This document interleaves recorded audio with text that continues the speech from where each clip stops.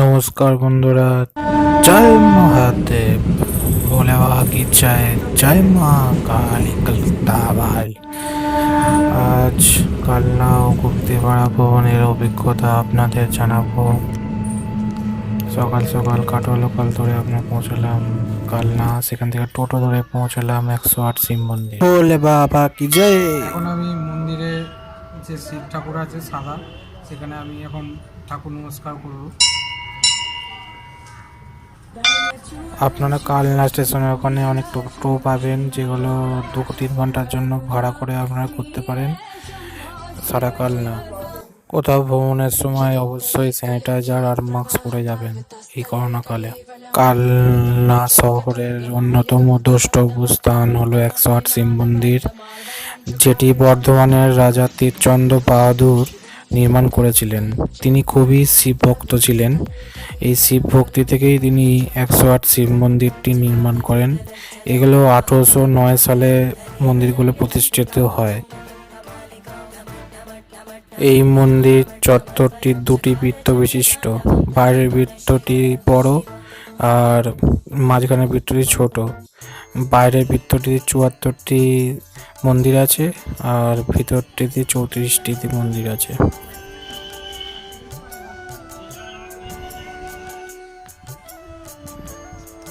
এই যে হচ্ছে শিব মন্দির, এটা হচ্ছে 108 শিব মন্দির।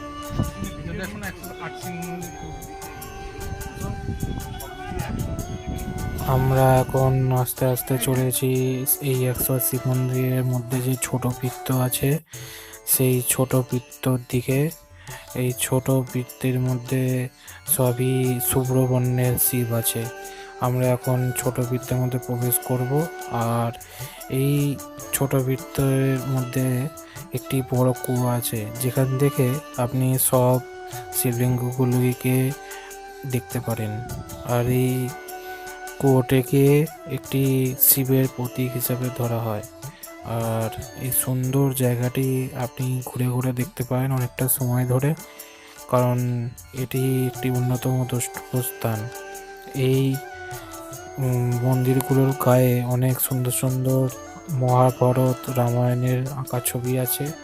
আপনারা সেগুলো দেখতে পারেন, খুবই সুন্দর লাগবে দেখতে। আপনাদের এবার দেখাবো হচ্ছে এই 108 মন্দিরের মধ্যে একটি বড় কুয়ো। আসুন,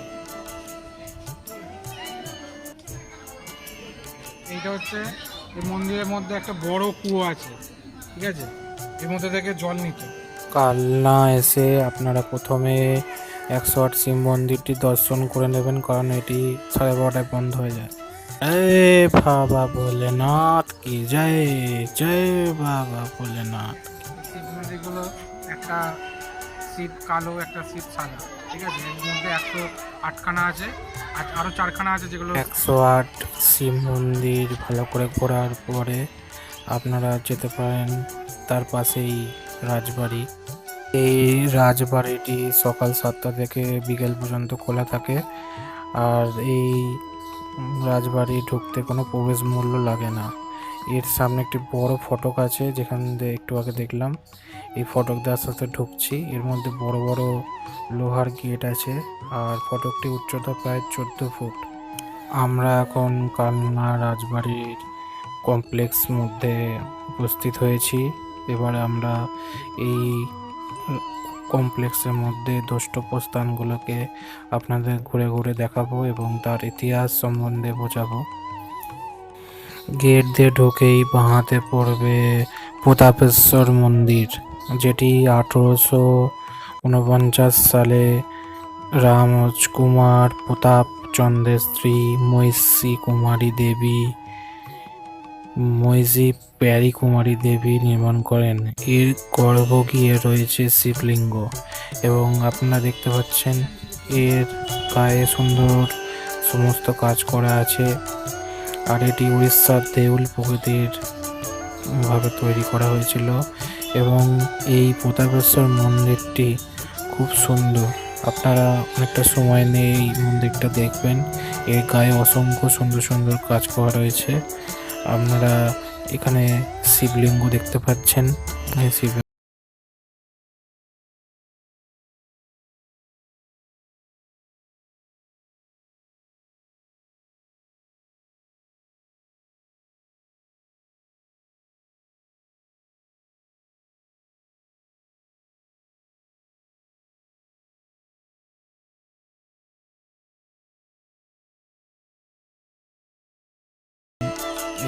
মন্দির থেকে বেরিয়ে কোটালেশ্বর মন্দির থেকে বেরিয়ে এখন এসেছি রাজমঞ্চয়। এই রাজমঞ্চর মাথায় কোনো ছাদ নেই। আমরা এই রাজমঞ্চ থেকে খানিকটা এগিয়েই একটি গেট আছে, যেটাতে প্রবেশ করলেই পড়বে লালজির মন্দির।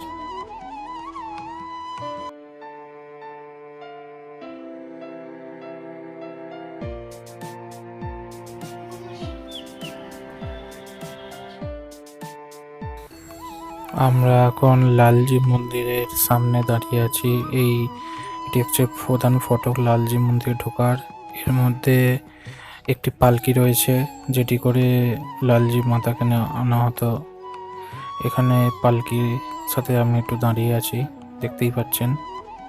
এই পালকিতে বসার জন্য একটি লোক কিন্তু আমাকে একটু বকা দিয়েছিলেন, তাই এই পালকি দেখে, পালকির পাশাপাশি সুন্দর কাজ করা পুরনো যুগের আর্চ করা জিনিস দেখে আমরা এবারে লালজি মন্দিরে প্রবেশ করব। আমরা লালজি মন্দিরে প্রবেশ করলাম। এই মন্দিরটি 1740 সালে বর্ধমান রাজা কীর্তিচাঁদের মা ব্রজকিশোরী দেবী নির্মাণ করেন। তার বৃন্দাবন যাত্রার মানত পূরণ হওয়ার জন্য এটি তৈরি করান। এটি 25 জোড়া মন্দির, যেটা খুবই বিখ্যাত। আর এর টেরাকোটা কাজ অসাধারণ কাজ। এই মন্দিরটি প্রতিষ্ঠার পেছনে একটি ইতিহাস রয়েছে, যেটা সবার লোককথা, লোকের মুখে মুখে প্রচারিত। এই একদিন ব্রজকেশ্বরী দেবী গঙ্গা স্নান করে উঠে ঘাটে দেখলেন একজন বৈষ্ণব লালজিকে তার ভিক্ষা চালের কিছুটা অর্পণ করছেন। তখন রাজমাতা ব্রজকেশ্বরী দেবী বলেন, আমি এই সামনে চলে এসে বলেন, এটুকুই অন্যে কি পেট ভরবে লালজি? তুমি আমাকে এই লালজিকে অর্পণ করো। লালজিকে আমি কথা দিচ্ছি, পুরীর জগন্নাথের মতো আমিও লালজিকে প্রতিদিন 52 ভোগ নিবেদন করব। এই কথা শুনে বৈষ্ণব মুচকি হেসে ফেললেন এবং বললেন, মা কি ভোগ পাচুচের কখনোই তুষ্ট হন? ভক্তের অন্তরে একান্ত শ্রদ্ধাই তিনি গ্রহণ করেন। এই বলে তিনি ব্রজকেশ্বরী দেবীকে এটি অর্পণ করেন। তারপর থেকে বিগ্রহ নিত্য পূজা পেয়ে আসছে। পরে অবশ্য এই রাধিকা মূর্তিটি প্রতিষ্ঠিত হয়। दय चूडु शिव शिव लीला शिव शिव भोळा शङ्करुडा नीवे शम्भो शिव शिव शम्भो शिव शिव చూపించు నీ আমি এখন গিরি গোবর্ধন মন্দির বসিত 1759 এটি প্রতিষ্ঠিত হয়। এটি কালো স্লেট পাথর দিয়ে তৈরি হয়, বেবিলনীয় ঝুলন্ত উদ্যানের মতো। এর পাড়ে খাঁজে খাঁজে মুনি ঋষিদের দেবদেবীদের ছবি আছে। কৃষ্ণ লালজি মন্দির দেখার পরে আমরা একটু টিফিন করে নিচ্ছি। দুপুরের মেনু হচ্ছে বিস্কুট।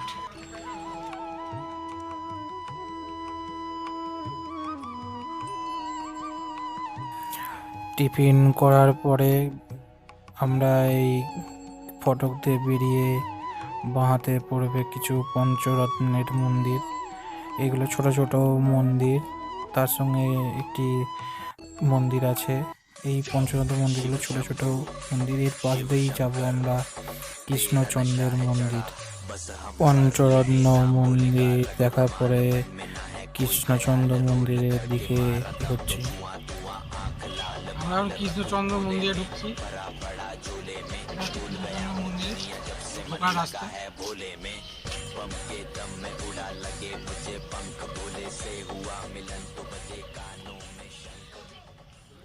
1752 সালে মহারাজা তিলকচন্দ্রের মা লক্ষ্মী কুমারী দেবী এই মন্দিরটি নির্মাণ করেন। এই মন্দিরটি মন্দিরটি 25 চূড়া বিশিষ্ট এবং এর উচ্চতা 65 ফুট। এর মধ্যে রাধা কৃষ্ণের বিগ্রহ আছে এবং দেওয়ালের গায়ে রয়েছে ফুলকারির কাজ এবং টেরাকোটার কাজ। এর মধ্যে দিয়ে দেখা যায় বকাসুর বধ, নৌকা বিলাস, অশ্বত্থমেধ, বিভিন্ন রকমের ছবি দেখা যায় দেওয়ালের গায়ে। এবং এই মন্দিরে প্রতিদিন পুজো করা হয় বিগ্রহকে মাখন, মিছরি এবং আরতির মাধ্যমে। এটি 3 তলা বিশিষ্ট মন্দির আর এখানে রাধাকৃষ্ণ বিগ্রহ আছে। এর পাশেই আছে রাম মন্দির। আমরা এখন রাম সীতা মন্দির দেখছি। এখানে রাম সীতার কোনো রকম অস্ত্র নেই আর রাম সীতা মন্দিরের সামনেই একটি তুলসী মঞ্চ আছে। এই তুলসী মঞ্চটা অনেকটা উঁচু টাইপের। কৃষ্ণচন্দ্রের মন্দির পূর্ব দিকে বিজয় বৈদ্যনাথ মন্দির এটি, এবং এটি 8 তলা বিশিষ্ট এবং গায়ে ফুলকারি কাজ করা আছে। রাজবাড়ি থেকে বেরিয়ে আমরা একটি টোটো করে চলে এলাম সিদ্ধেশ্বরী কালীবাড়ি। এই শহরের নাম অম্বিকা কালনা পড়েছে এই কালীবাড়ির নামেই। কালী অর্থাৎ অম্বিকা কালনা এর থেকেই এসছে। 688 খ্রিস্টাব্দে ঋষি অম্বরীশ এটি প্রতিষ্ঠা করেন। মনে করা হয় তার আরাধ্যা দেবী ছিলেন মা সিদ্ধেশ্বরী। নিম কাঠ দিয়ে মায়ের মূর্তি তৈরি হয়েছে। দেবী এখানে বামা কালী রূপে বিরাজমান। দেবী সিদ্ধেশ্বরীর ভয়ঙ্কর রূপকে জেহাদের রূপ হিসেবে ধরা হয়। সারা বছর পুজো হলেও কিছুদিন পুজো বন্ধ থাকে। কোজাগরীর পূর্ণিমা, কৃষ্ণ পঞ্চমী থেকে কৃষ্ণা ত্রয়োদশী পর্যন্ত দেবী এখানে দিগম্বরী অবস্থায় থাকেন। ভোগ আরতি সবই বাইরে থেকে হয়। মন্দিরের গায়ে পোড়ামাটির সংকীর্তন, বৈষ্ণব শাক্ত ধর্মের ছবি ফুটে ওঠে। শিব এখানে সবরূপী। শিব কিন্তু নিম কাঠের নয় এবং মন্দিরটি খড়ের চালার মতো কুটির দেউল শিল্প।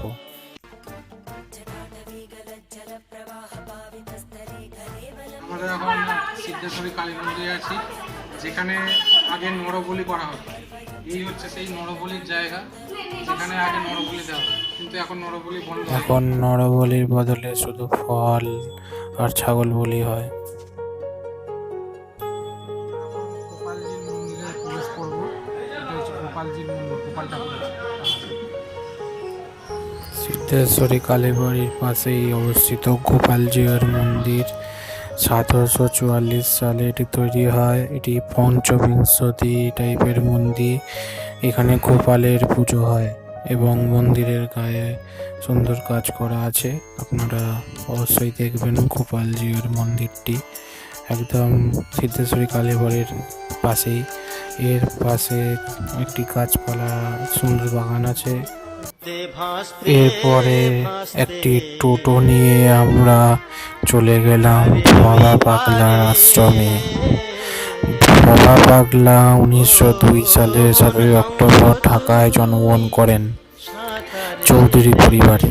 পিতার নাম গজেন্দ্র মোহন, মাতার নাম গয়াসুন্দরী দেবী। ভবা পাগলার আসল নাম ভবেন্দ্র সুন্দর চৌধুরী। ক্লাস 7 থেকে তিনি পড়াশোনা বন্ধ করে গানের জীবন শুরু করেন। অসংখ্য লোকগীতি নির্মাণ করেছেন তিনি এবং 1964 সালে 26 জানুয়ারি তিনি শেষ নিঃশ্বাস ত্যাগ করেন। আমরা এখন ভবা পাগলার আশ্রমে খাওয়া দাওয়া করছি। এটা হচ্ছে ভাত দিয়েছে আর বেগুন ভাজা দেবে, এখনো ওই তরকারি দেবে। ভবা পাগলার আশ্রমে আপনি দুপুরে খাবার সেরে নিতে পারেন। এখানে ভোগ করার জন্য আপনাকে 60 টাকাতে টিকিট কাটতে হবে। এরপরে আমরা টোটো করে পৌঁছে যাই গুপ্তিপাড়া। গুপ্তপল্লী নামে আগে এখানে পরিচিত ছিল। এটি সম্রাট আকবরের শেষ শাসনকালের সময় 10 নামক সম্প্রদায়ের সত্যদেব সরস্বতী নামে একজন সিদ্ধপদ্মা চারধাম ভ্রমণ করে এই গ্রামে উপস্থিত হন এবং এই গ্রামের সৌন্দর্য ও ধর্মীয় পরিবেশ দেখে এই গ্রামের কৃষ্ণবতী গঙ্গার তীরবর্তী অরণ্যে আশ্রম প্রতিষ্ঠা করেন এবং পরে সোমনাথ পেয়ে নদিয়া শান্তিপুর থেকে বৃন্দাবন থেকে মূর্তি এনে পূজা করতেন। এক রত্ন রামচন্দ্র মন্দির এটি, যেটি দেখছেন এর গায়ে অসংখ্য সুন্দর পোড়ামাটির কাজ করা আছে। এটি বাঁশবেড়িয়ার অনন্ত বাসুদেব মন্দিরের মতন তৈরি করা হয় 19 শতকের গোড়ার দিকে। শেওড়াফুলির রাজা হরিশ্চন্দ্র রায় এটি তৈরি করেন। এর মধ্যে রাম লক্ষ্মণ সীতার বিগ্রহ আছে, খুব সুন্দর এটি দেখতে। অবশ্যই এই একরত্ন রামচন্দ্রের মন্দিরটি দেখবেন। এখন যে মন্দিরটি আপনাদের দেখাবো এটি হলো বৃন্দাবন চন্দ্র মন্দির। এই মন্দিরটি সবচেয়ে বড় মন্দির। এর প্রধান কাজ হলো এই মন্দিরের ভিতরে সুন্দর ছবির কাজ করা আছে, সুন্দর সুন্দর অয়েল যেগুলো ন্যাচারাল কালার, সেই जटाटवे कलचलप्रवाह पावितस्थले गलेवलम्बलम्बितं भुजङ्गतुङ्गमालिकं दमट्टमट्टमट्टमन्निनादमट्टमर्वयं चकार चण्डताण्डवं तनूतना शिव शिवम् शिवम् বৃন্দাবন চন্দ্রের মন্দিরে এটি খুব সুন্দর দেখতে। বৃন্দাবন চন্দ্র মঠের কিছু দূরেই সেন বাড়ি অবস্থিত এবং এখানে রথযাত্রায় খুব ধুমধাম হয় এবং বাড়ির পাশেই অবস্থিত দেশকালী বাড়ি। কথিত আছে এক রাত্রির মধ্যে মন্দিরটি নির্মাণ হয়। কথিত আছে এই মূর্তিটি, যেটা বৃন্দাবন চন্দ্রের মূর্তি, কালা পাহাড়ের আক্রমণের সময় মন্দিরের ছাদের তৃতীয় তলে সুন্দর ফ্রেস্কো শিল্পের আদলে লুকিয়ে রাখা হয়েছিল। সেই থেকে এই গুপ্তপল্লী বর্তমান সময়ের, যার নাম গুপ্তিপাড়া। চোর বাংলো মন্দিরটি মহাপ্রভু এবং আকবরের আমলে